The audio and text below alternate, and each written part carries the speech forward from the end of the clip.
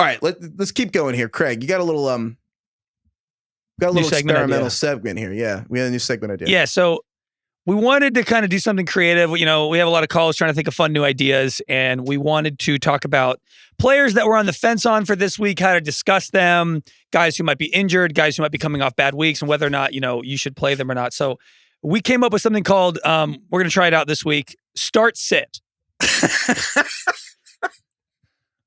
Dude, this is ingenious. Wow. It's got a lot, alliteration plays, good SEO. Yeah. It's easy to remember. Yeah. So we're going to test it out and we'll see if it sticks. Email us if you liked the segment. BringerFantasyFootball@gmail.com. We were also discussing player bench, but we thought Start Sit had better, rolled off the tongue. So anyway, if anybody wants to sponsor Start or Sit, let us know. A lot of opportunities there, kind of getting at the ground floor. But the first team, there's a lot of Start Sit options, honestly, sticking with Monday Night Football, Browns-Steelers, with the Steelers, because the offense was a disaster. Nobody was playable. The best player on the team, fantasy-wise, was Allen Robinson last week. Good God. And now, so it's like, you start with Najee Harris, right? I kind of lean towards sitting him, to be honest. He basically played half the snaps. Jalen Warren, the backup running back, played 40% of the snaps. They each had 8 touches. Warren is now more involved in the passing game than Najee Harris was, according to last week.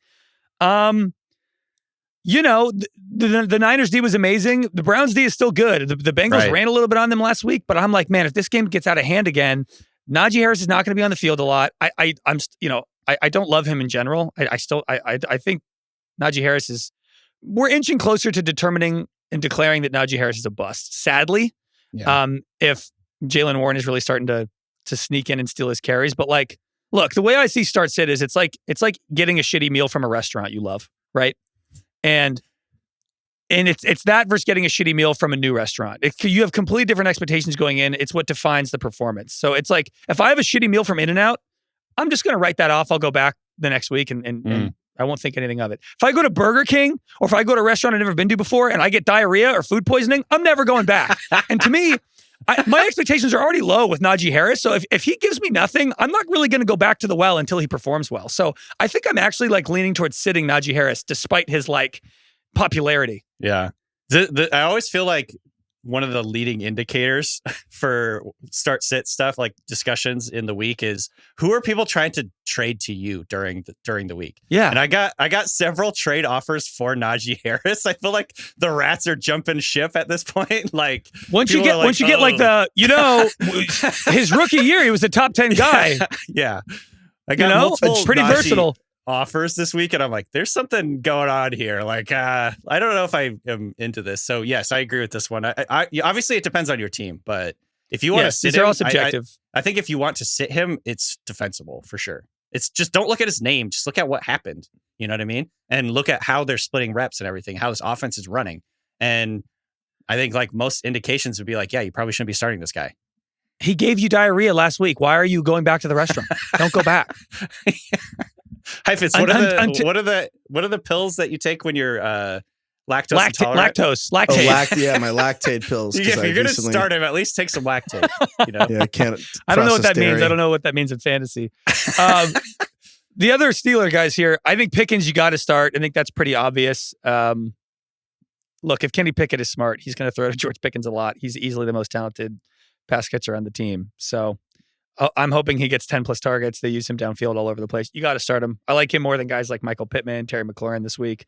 Deontay Johnson is out with a hamstring injury for people who don't know that. How far we have come, because one, you saying Pickens over McLaurin, and now I would, actually not this week for McLaurin, but even I would play Pittman over Pickens. Oh my God. Yeah, I would not. I mean, Pittman. Wow. I think Pickens is better than Michael Pittman straight up. And I think the quarterback situations are pretty comparable. So, I'm glad we settled this. And I think Pickett's a better passer. Fantasyfootball.300.com, we have Michael Pittman 91st and George Pickens 92nd. Which, great. Spoiler alert, when two players are back-to-back, we have no idea who's going to do better. No clue. Moving on, Pat Freiermuth, you got to start him. Tight end is bleak, desolate wasteland. And if he plays, he's probably a good bet to maybe lead the team in targets this week, maybe, catch a touchdown. And then Allen Robinson, low-key, ran around on 96% of the team's dropbacks after Deontay Johnson got hurt. This guy's going to play a lot. He's a vet. He led the team in yards last week. If you need a flex and you don't have anybody, I kind of like Allen Robinson. He's running out of the slot. Right? This is a week 8 ass conversation we're having. I'm telling you, Allen Robinson is going to play the entire game and get 8 targets. You're not wrong. It's just if I had told you like 10 days ago, we'd be like talking about Allen Robinson in the flex in week 2. We'd be like, oh my God. Like, was there like a look, dude, the vibes aren't great in Pittsburgh. All right. Well, we start stay in the AFC North with bad vibes. Joe Burrow had 82 passing yards last week. I think that was like Navy had like twice that last week. So that's bad. Not really. That'd be impossible. But you know what I'm saying. Vibes wise. You get it. Yeah. Joe Burrow is going to bounce back. You have to play him, obviously. T. Higgins, you have to play him. They're playing the Ravens. 0 catches. They're playing the Ravens. It's tough. The Ravens do always hold Burrow. And then also, Solak had a good column this week on The Ringer, whereas the Bengals ran 96% of their plays from shotgun. What the hell is up with that? And so basically, do you think it's because of Burrow's calf?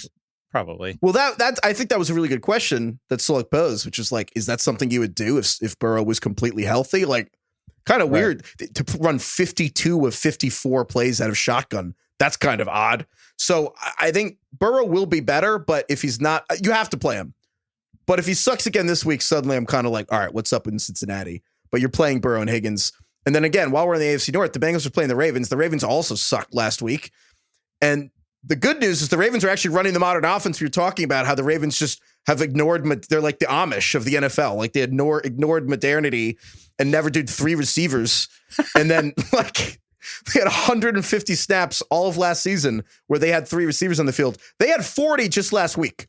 So they're like a third of the way already to on 3 receiver snaps. They're a third of the way to the entire total last year. The flip side is they're already so hurt. J.K. Dobbins, what is running with back this team? Why Dude, can't they I stay think healthy? There's something up. What is going on? J.K. Dobbins, Achilles out for the season. Mark Andrews, the tight end. We don't know if he's going to play. Left tackle Ronnie Stanley is week to week. Center Tyler Linderbaum sprained his ankle. He's week to week. Marlon Humphrey, the cornerback, was already out. Marcus Williams, his safety, has a pectoral injury. That is, the Ravens have lost 6 starters. We are 6% of the way through the season. This team is so freaking cursed. This is like the AFC West all over again. We thought the AFC North was going to be the best division this year. Like the AFC West was supposed to be the best last year. We're a week or 2 in, and we're like, dude, this division might suck. I'm very curious what's going to happen with the Ravens this week, because you know how I railed, and it's a totally different situation because the Ravens were winning basically the entire game. So that is a built-in excuse for why they did it this way. Hey, it was close at halftime. Wasn't it like 9-6 at halftime? It was a closer game throughout the whole game than the final score would indicate. Yes, but they were leading almost the entire game, I believe. Yeah. But they only had Lamar Jackson run 1 design run, according to True Media. 1 design run for Lamar Jackson? Like, is this a whole new sea change where they're just like not going to have him involved in the running game at all? Or was this just a game script dependent thing? He's rusty. Let's just like take care of the football, blah, blah, blah. You know, like, I don't know what the offensive coordinator here, Todd Monken, is thinking, but man, if they don't run with Lamar Jackson, this changes everything in terms of like our fantasy projection. I don't know if he looked like himself. It was weird. I don't know. We'll see what happens. Well, he definitely came out and tweeted after the game that he was rusty. So I know. This is another thing, like Craig, where you're talking about like this might be a fork in the road. If they don't run him in this week, I'm going to start panicking about my Lamar Jackson, hype during the offseason, because man, the reason he's has that upside is because of what he does as a runner. And if they're not going to run him, like, what are we doing here? All right, so while we're talking about other start-sit guys, Terry McLaurin, who we had a very large argument about last week, didn't have a great week 1, and we do have him behind Pickens, as Craig was saying. And I think this week, he's a bench again, just because, 1, I still think the turf toe's there, but more importantly, he's going to be shadowed by Pat Surtain of the Broncos this week. Like, Washington's playing the Broncos. Yeah. I don't love that matchup. Nate Tice, who's the man, wrote a great column for Yahoo this week where Nate knows a lot about football, basically argued Pat Surtain might be the best cornerback in the NFL, and that Pat Surtain did an incredible job shadowing Devontae Adams last week. Yeah. The plays where Surtain was on Devontae Adams caught like 2 catches for 11 yards. So 2 catches, and Pat Surtain batted away 3 passes. So that's crazy. And then meanwhile, Jahan Dotson's going to be in the slot, and he gets Damari Mathis, who's the cornerback. And Damari Mathis is the cornerback who allowed Jacoby Myers and the Raiders to get like 76 yards and 2 touchdowns for the first time in his career. So just common sense. If you have Dotson play Dotson. And if you have McLaurin, I would sit McLaurin being shadowed against Pat Surtain. Yeah, it's a tough So matchup. RIP Terry McLaurin. I think it's like, this is one of those things where I think cornerback receiver matchups can get overrated sometimes because the receivers aren't always lining up against the same corner on every play. Most of the time. Sometimes those corners will follow a guy throughout the whole game. But in this case, with like Pat Surtain across from him, that's like pretty scary to me. So I totally agree. Yeah. There's only like 3 cornerbacks that actually true shadow. And then there's only so many receivers and then McLaurin actually does line up 9 out of every 10 things on the outside. And that's where guys shadow. So yeah, it's RIP to Terry McLaurin for this week. But that also makes him probably a buy low next. Craig, give us another start sit among all the receivers that we drafted and we're kind of sad about. Yeah, I'm moving on to Falcons Packers, which is an interesting game because I feel like both teams had offenses that we were kind of like, we didn't know what to expect. They both got wins, but they both beat up on bad teams. So this week will be interesting to see like who comes out on top. I'm also obsessed with the Falcons. I just think they're easily the most fascinating experiment going on in the league. They're fucking hilarious. I like your theory that Arthur Smith's a billionaire who just was like betting his friends. I bet if I just took over a team. What if I just took over a team and didn't play the good players? It's like trading places. Like the 2 old guys being like, "What if we just swap these like a homeless guy with like our head of finance and see if it worked?" There's a chance that Arthur Smith is just one of 2 guys in trading places. Oh my god.